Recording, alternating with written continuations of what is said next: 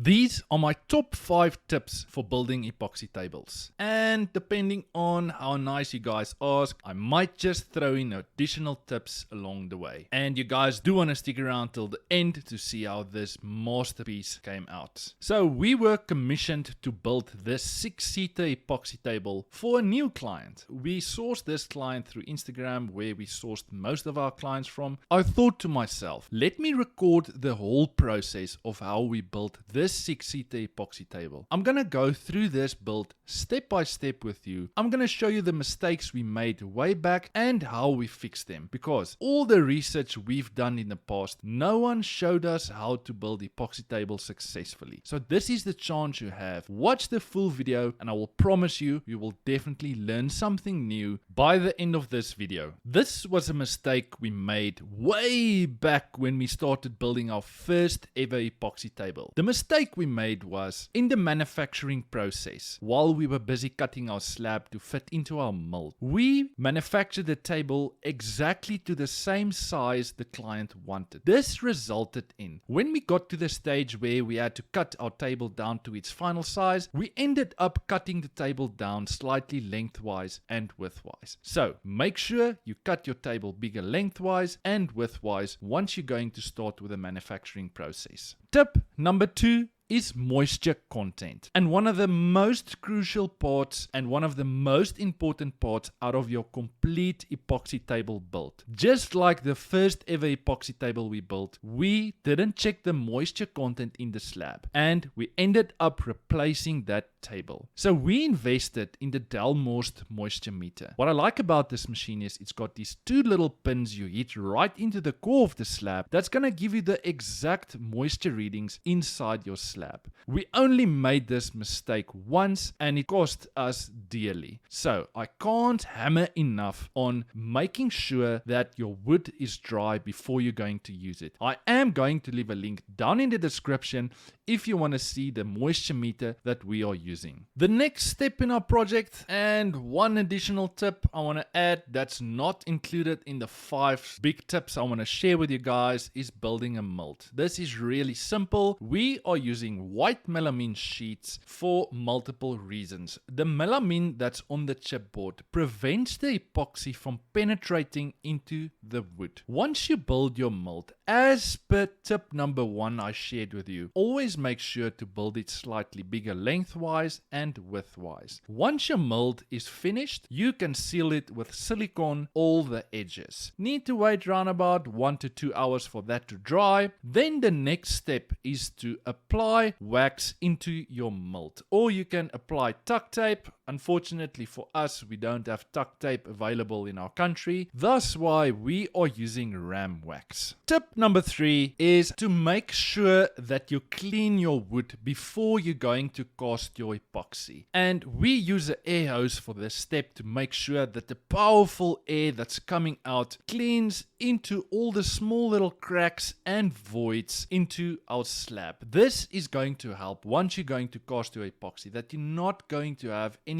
dust particles that's going to be in your epoxy. Guys, I've got a huge favor to ask you. We are literally on the verge of hitting 100,000 subscribers. This was my ultimate goal 4 years ago, and you can help me just by simply hitting that subscribe button, only if you think I deserve it.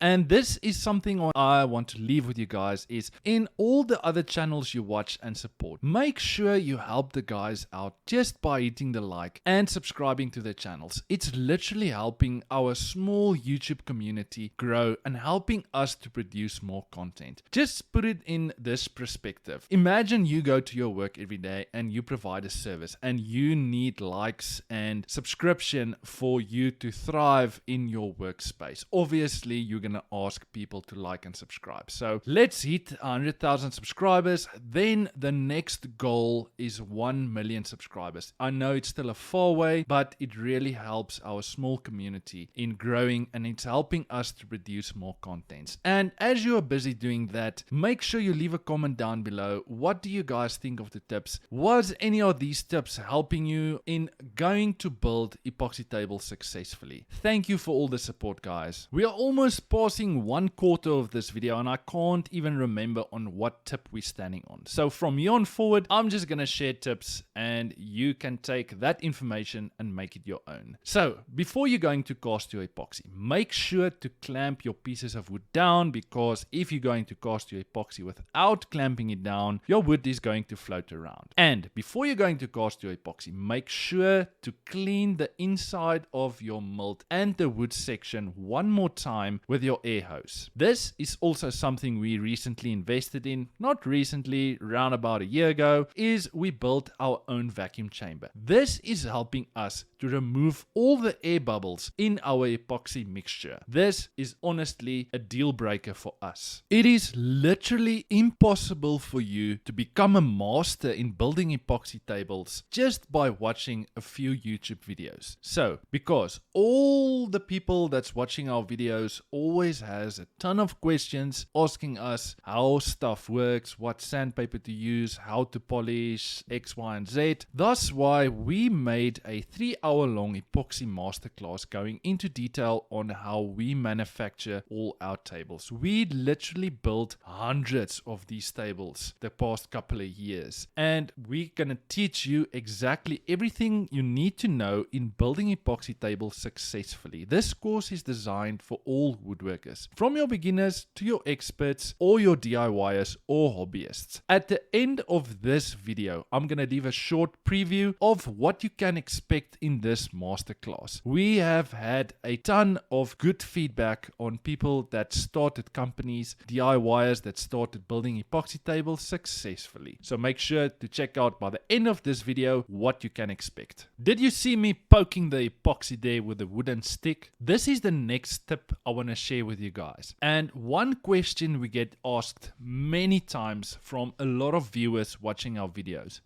and that is when to cast the next layer of epoxy, or what is the duration of time they need to wait before they're going to cast the next layer of epoxy. This is very crucial. Way back, many years ago, we would typically start with our first layer of epoxy. We would cast, we would wait for that layer to dry, then we will sand it slightly with 180 grit to make sure that the next layer of epoxy you're going to cast is actually going to bond with the first layer you just cast. But as time passed, we improved our methods and we improved our system of building epoxy tables. So this is how we are currently doing it. We will cast one layer of epoxy. We will consistently check it to make sure once it becomes tacky. What does tacky means? Tacky is like a toffee type of feel and look. Imagine you're going to stick a wooden stick into a very warm toffee. And this is where we will typically start with our second layer of epoxy, because the bond you're going to get between those layers are going to be the strongest bond you will ever get. And another tip I want to share with you guys is we recently, within the last 12 to 16 months, we switched over from epoxy that's curing in 4 to 6 hours to using deep casting epoxy. But we are not casting our epoxy to the full depth of our table, because we found that doing that, we still struggle with a little bit of air bubbles. So what we will typically do is, on a normal table, we will separate it into 3 casting layers. This means that once we're going to cast into 3 layers, it gives the air bubbles enough time to rise up, and it gives us sufficient time to come the next day to pop the air bubbles. Now remember, if you're going to use deep casting epoxy, the chemical reaction is going to take place a little bit quicker, but because you're going to cast thinner layers, the reaction is going to take a little bit more time to get set, and this is going to help you to reduce air bubbles. So what you see me doing here is busy fixing one of the mistakes. I am also human. we also make mistakes. Luckily for us, we've learned through all our mistakes and we know exactly the solution we need to take in fixing these mistakes. Because we are sitting in the summer months in the country I'm from, our workshop is averaging on 27 to 28 degrees inside our workshop. This means that once we're going to cast our epoxy a little bit thicker than what we should, the chemical reaction is going to take place a little bit quicker. So once we got back the next day on the second layer we casted, the reaction took place a little bit quicker. And this meant that we need to go back to the old roots of building epoxy tables. We were left with a little bit of air bubbles between the epoxy and wood, and the reaction took place. We didn't have that good tacky consistency that we were looking for when we're going to cast our last layer of epoxy. This meant that we need to use a small little drill, and we need to drill that small little air bubbles between the epoxy and the wood out. Then I'm going to come and sand the epoxy section only with a 180 grit, because the next layer of epoxy I'm going to cast, I want to make sure that those two epoxy layers are going to bond to each other. Once I'm done with the sanding, I'm going to come with the air hose and a damp cloth to make sure that I remove all the dust particles from our table. Then we're going to continue with the next layer we need to cast in our table. Before we had a vacuum chamber. And another tip I want to leave with you guys is we left our part A epoxy in the sun for around about 2 to 3 to 4 hours, just depends on how hot it is outside. This gives the epoxy enough time to become more in a liquid type of water form, and this is going to help you to reduce air bubbles. Cast thinner layers, make sure you consistently pop the air bubbles with your gas torch, and then you continue with the casting. But it's also very important that you need to follow the supplier where you purchase your epoxy from. You need to follow that specifications. I don't want to take any responsibility if your product is going to fail. So we will typically, once we are done with our last casting of the epoxy, we will leave our table for 7 days. This is going to allow the table to set fully and give the epoxy enough time to become as hard as a rock. Then we're going to move to the next step. There's something on my heart and something I want to clear in the air, and that is that we will typically have 98 to 99%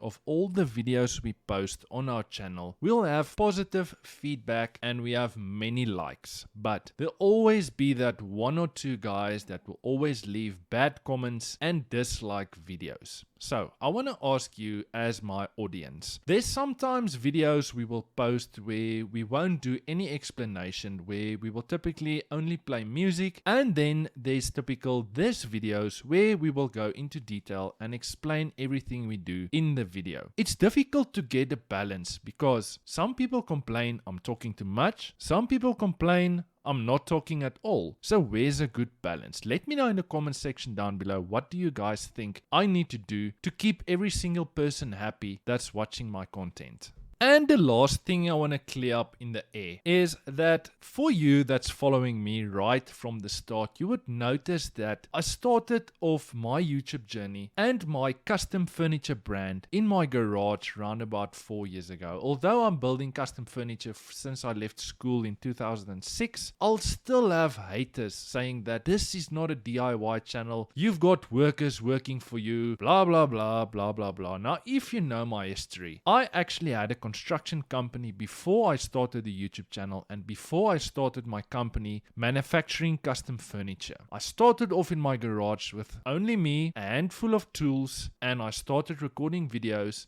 and I started posting it on YouTube. Then the company started picking up. We started getting more orders, we started creating more content, and out of the DIY YouTube channel I started, I actually started a company called Craft House Custom Furniture. We specialize in high-end custom furniture. We've moved shop literally last 4 years like 5 or 6 times, every time to a bigger workshop because there's growth in the company. And we employ 2 workers. that's helping me because it's literally impossible for me to get to all the work and to keep all the clients happy. My ultimate dream is to have a huge workshop where I employ like 10 to 12 to 15 people, helping everyone out and doing what I love. This is my hobby. This is what I love. I love creating. And then you'll have guys in the comment section saying that this is absolutely not a DIY channel. Look at all your expensive tools, bloody, bloody, bloody. They'll go on and go on. And this is negative comments I don't even react to because they don't know who I am. They don't know where I come from. They don't know my history. I mean, at the end of the day, this is such a positive story that came out of COVID, is that I'm trying to make a success of my life. I'm trying to feed my family. I'm trying to help you guys out there producing more content. And let me know what you guys think of this, because I don't know what I need to do with this. Anyway, enough sulking from my side. Back to the video. As you saw me wearing my fancy new work shirt with a little bit of flamingos and I think it's watermelons. That's not actually my work suit. I actually went to go and play golf that day. I actually had a real good golf game. I think I ended up playing 86. Do we have any golfers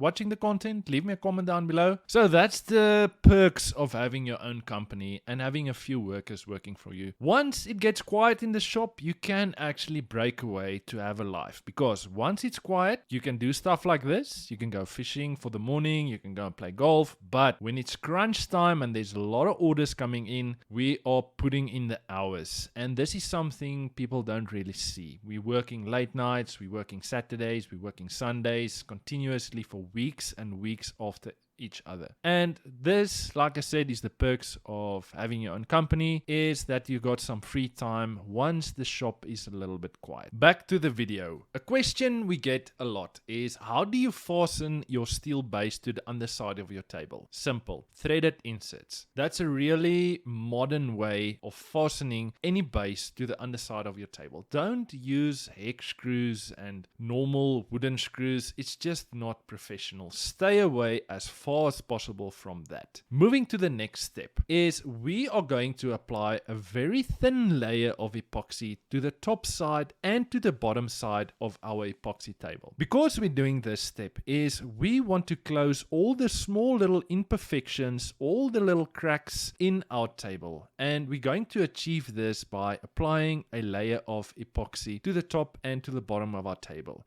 Because we're doing this to the full surface, if you're only going to close the cracks and the holes, the overflowing epoxy on that crack and hole is going to leave a stain on your wood. And we realized this way back at the start when we started building epoxy tables. And once you're going to oil your table, you see like this little stain mark that's just a pain in the butt. And this is actually something we pick up from Blacktail Studios, is that you will apply a very thin layer of epoxy over the complete surface. Once we've done that step, then we will come and close all the cracks and holes, because you'll see once you're going to apply the layer of epoxy, the wood is going to soak up the epoxy. Then you can come afterwards and continuously just filling those holes and cracks with epoxy, because you don't want to go and deliver the table that's not perfect. This is quite a crucial part in the build, is in having the absolute perfect finish in your table. Once we apply that thin layer of epoxy over the table and it's dry, we sanded it down, you will always have this micro cracks and micro holes you need to close. And this is where we are using a quick set epoxy. It just needs UV light to become hard. In like 10 to 20 seconds, it's solidly hard. This is saving us a lot of time on all our projects. Guys, I forgot to mention that the epoxy masterclass we got obviously is at a small fee. The fees are going up double the price in middle June, so make sure to go and check that out before you're going to miss the special. I'm going to leave a link down in the description where you can find the website where you can find the course that's going to help you to become a master in building epoxy tables. So once we closed all the small little imperfections on our table, it's time to move to the finishing stages of our project. And we're using the small palm router from Festool because it's got a nice flat surface underneath that keeps the router straight at all times. And as per all our tables, we like to keep the thickness of the table. Thus why we're only giving it a small 45-degree chamfer with a 45-degree router bit. We typically do this on all our tables, and we will router the table on both sides because we don't want that small little sharp edge on all our tables. I would like to pick your brain a little bit because we are posting hundreds of epoxy table builds. I'm thinking a little bit more out the box, and this is where I'm gonna need your help in creating future content. What do you guys want me to build? I'm thinking like a wood and epoxy small little desk fish tank. I think that will be a very creative way in using wood and epoxy. I've got some creative ideas. You obviously think I'm crazy, but let me know in the comment section down below. Blacktail Studio done a cool denim and epoxy build that was really creative, but what do you guys think I should build next? Let me know in the comment section down below. Maybe I just pick your project and I will build it, and maybe we give it away for free. Now we are reaching the end of our project. This is the sanding stages of our project, and because we want to create a frost smoky finish, we're only going to sand our table down to 320 grit sandpaper, making sure we clean between all the layers we sand, because you see that small little dust particles sometimes make swirl marks. You have to clean those with a cloth. You have to clean the underside of your sanding machine. This is going to help you to reduce all the swirl marks on your table. And we're using the finishing sander from Festool. It's going to give you the perfect finish. So typically on all our epoxy projects, we like using Odie's oil for multiple reasons. Odie's oil, you can sand your wooden projects to any grit your heart desires. Well, that's what Odie's claim. We will typically sand our wood and epoxy sections on our table to 220 grit. Then we will come and sand only the epoxy section to 320 grit or 400 grit if we want to achieve a frost smoky finish. Otherwise, we will sand our epoxy and wood section to 200 grit, and if the client requires a high gloss finish, we will typically sand only the epoxy section to 1500 or 3000 grit sandpaper. Then we will start with the polishing process. So this is gonna be the end of the video. Thank you guys for sticking around until the end. Let me know what do you guys think of this build. Let me know in the comment section down below if there's something you would do differently. Also let me know if you learned something new today, and if you're a new subscriber here, let me know in the comment section down below. I would love to interact with you. Welcome to the DIY with Greg Club. I really appreciate all the support. Before you guys head out, make sure to support us by liking the video, comment down below what you think of this build, and make sure you subscribe. Thank you guys. I'll see you next week with another super cool build. Cheers.